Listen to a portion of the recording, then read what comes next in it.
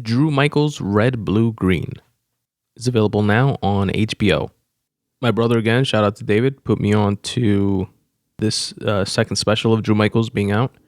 The first one I really enjoyed as well. I've spoken about it here in the podcast. If I'm not mistaken, I definitely have some free writing pieces that came out of his first comedy special, certain lines that really, really resonated with me that, as you guys know, I do free writing session episodes of this podcast where I'll like write and reflect on, something, a line from a movie or a TV show or a piece of dialogue or something like that resonated with me.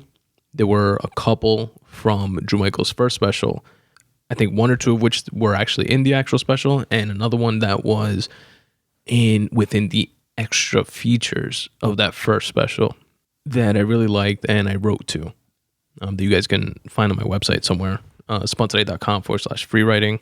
I'll link to them in the episode notes to the like direct pieces if you guys are interested in checking them out. But again, those were based on Drew Michaels' first special, which I think was just named Drew Michael. This one, again, also on HBO, titled Red, Blue, Green, starting with the title, a noticeable, creative, interesting thing. I'm not sure what the meaning is behind it, but Red, Blue, Green is like miscolored. The fonts are. So like red is in the title, the font is green, and blue, the font is red, and the word green is in a font of a shade of blue or whatever, or something to that effect, which I thought was pretty cool. Not sure, again, what the meaning behind it is. But it did remind me, I thought I misremembered Drew Michael being colorblind for some reason. But I think that like color miscoordination thing there like made me think that. But it did remind me that there was something going on with him. And what it is, which he touches on again on this special, is hearing loss. And the fact that he needs like hearing aids and shit like that. But yeah, this was a really good special. Very funny.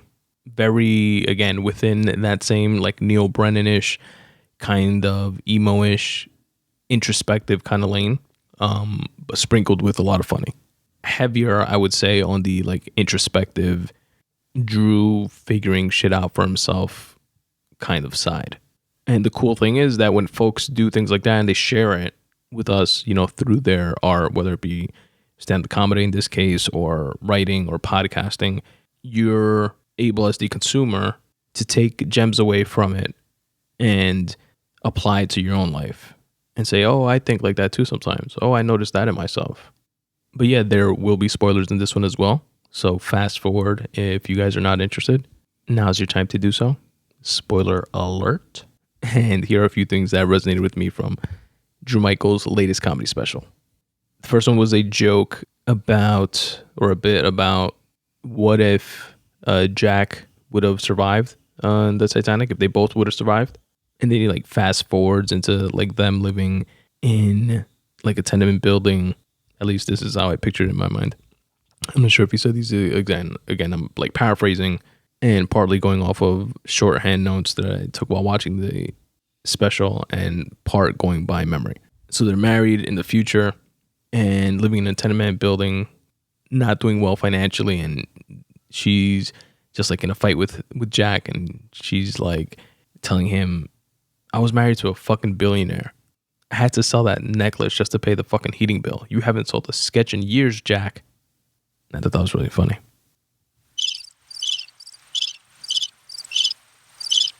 That's what I feel I'm getting back from you, dear listener, when I should be getting not that, or that, or that. There you go.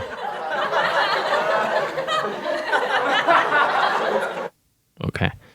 He was speaking about actors and how like brave they pretend to be with certain things when they like speak out about like certain issues and stuff like that. He said something to the effect of, all you do is pretend to be what other people actually are their whole lives. Like you dare to be middle class. Ooh. He was like, these are the same people that'll be like watching people killing each other and like having the land masses of Earth like melting into the ocean while they tweet from their like loft on Mars and then change their profiles to like blue circles to show that they support Earth. Like all that like virtue signaling shit that certain actors do. He threw a jab at podcasters, which I did not appreciate being one myself. But it was kind of funny. And he didn't name the podcast specifically, but he seemed to be speaking about Rogan's because, he said like middle-aged white guy, and the people that follow him are like in a collective narcissistic bubble. And he sells CBD pills and sex toys every 5 minutes, supposedly. But his point was definitely well taken in terms of like that was part of like a bigger bit or larger point of like divisiveness and, certain people being only on the left, certain people being only on the right, and then a group of folks that are like fuck both sides, but that rally around like the quote unquote, whether it be somebody else on social media or like a podcaster like Rogan, and fall into this collective narcissism bubble, which I guess it's like a fair point in some ways, but I guess I just thought less so because like I know where that like critique is coming from, like being such a Rogan fan or whatever for a long time. I know that they kind of like shat on Drew Michaels like first special a bit, and kind of labeled it like not being comedy within like the podcast world, so he probably felt like slighted or something in some way. But that's just me speculating. He had a really funny joke where he goes, that, Steve Jobs was a bad father and everybody knows that, but we as consumers reap the benefits of his bad parenting. He was like every time you see a blue text bubble on your iPhone, that was like Steve Jobs missing a piano recital. And he kind of had like this either or like binary kind of theme throughout the special, and like this one line kind of like coined that, which was he spoke about how Isaac Newton created calculus, but he also died a virgin, and he was like, could he have created calculus while fucking? He was like, he doesn't know because obviously it's never been done, but he was playing around with that like either or theme, which I definitely find interesting. And this is definitely a line that I really, really liked, and I'm probably going to free write too. But he said, how great can something be if it's built on avoidance? And he went on to speak about how like those greats like Steve Jobs and Isaac Newton, how they ran away from intimacy within like their immediate circle and into the arms of ambition. And that's why they were like so driven. Again, not just because they were ambitious, but because they were avoiding intimacy. And I thought this was a clever line. He was like, I'm not comparing myself to them. And he adds, it's a matter of scale. It's just like, I am comparing myself to them, but, just factoring in the matter of scale, which I thought was a clever way of putting it. And he said about like certain of these figures, like a Steve Jobs, for example, how they were like adored by the world, but hated by those closest to them. And he said about what he does, in terms of like doing stand-up comedy, is that he contorts his own mind for sadness and turns it into a balloon animal for you. And by you, he means us, the viewing audience. And from a technical perspective, I thought something that Drew Michael does really well is that he works within the silence of the crowd really well. Like he holds silences. Like a lot of comics like rush to like fill in every silence and don't like let things like simmer and like marinate. They're like scared of that emptiness or that like lack of sound. But he lives in that. There's a lot of like pauses. And it's definitely, in my opinion, a strong suit of his. And at the end, he closed with a really dope, introspective, clearly like therapy enhanced monologue that I'm not going to spoil for you guys, but it was really, really good. Now, the last thing that I'll spoil for you guys was, I thought, fucking so dope, like paradigm shifting within like the comedy space. And it's kind of like one of those things that like once done, I don't know if it can be done again, or it's something that is just going to be done a lot. And it was like so cool, so innovative, I thought. So the entire special is shot, and it seems like a very small, intimate room of like 25, 30 people or something like that. He's on stage, he's speaking to the audience. And actually, let me take a step back just to add some context to what I said before about like certain podcasters, including Rogan, like criticizing the first special. What they criticized was like that style that Drew Michael and Gerard Carmichael, which is another dope comic and creative in his own right, and has been on Rogan's podcast actually, especially when he was promoting Drew Michaels' special. I believe at the time they decided to shoot it with no audience, so it was like a stand-up comedy special with no audience, kind of like that was like too against the grain. You know what I mean? Like stand-up comedy like requires an audience to like bounce off of from a material perspective, but this was, I don't know. I like I said at the start of this, I really liked it, but it was kind of sort of a different type of thing.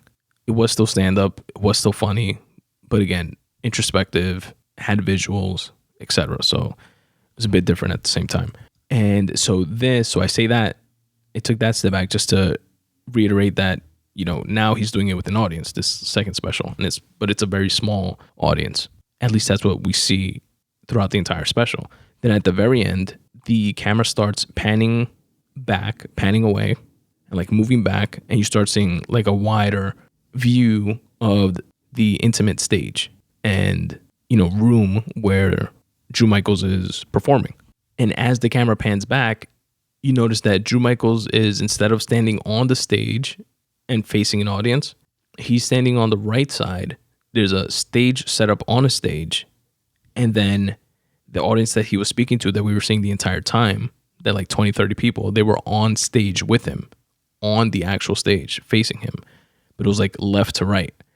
And then the camera pans out even more, and you see that they are within a theater, like a, you know, one of those like tiered theaters with a few thousand seats. And there are folks watching the stage, kind of like you would watch like a play, for example. And on that stage is that small group of folks on the left and Drew Michaels on the right that was performing to them the whole time, with the folks within the theater watching both, in essence, like watching that interaction of Drew Michaels performing to that small intimate group. It was like really clever, really cool. It's never been done that I know of. And when I saw it, that was just like it was fucking mind blowing to me. Like it was really, really innovative and cool. I really like that. And it's kind of like best of both worlds. Like from the comics perspective, obviously, you know, the other people are there like within the theater, but you're kind of performing to a small, tiny, intimate setting at the same time.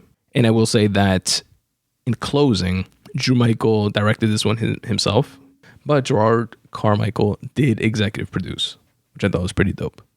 Anyway, that was Drew Michaels' Red, Blue, Green, streaming now on HBO. You guys should definitely check it out.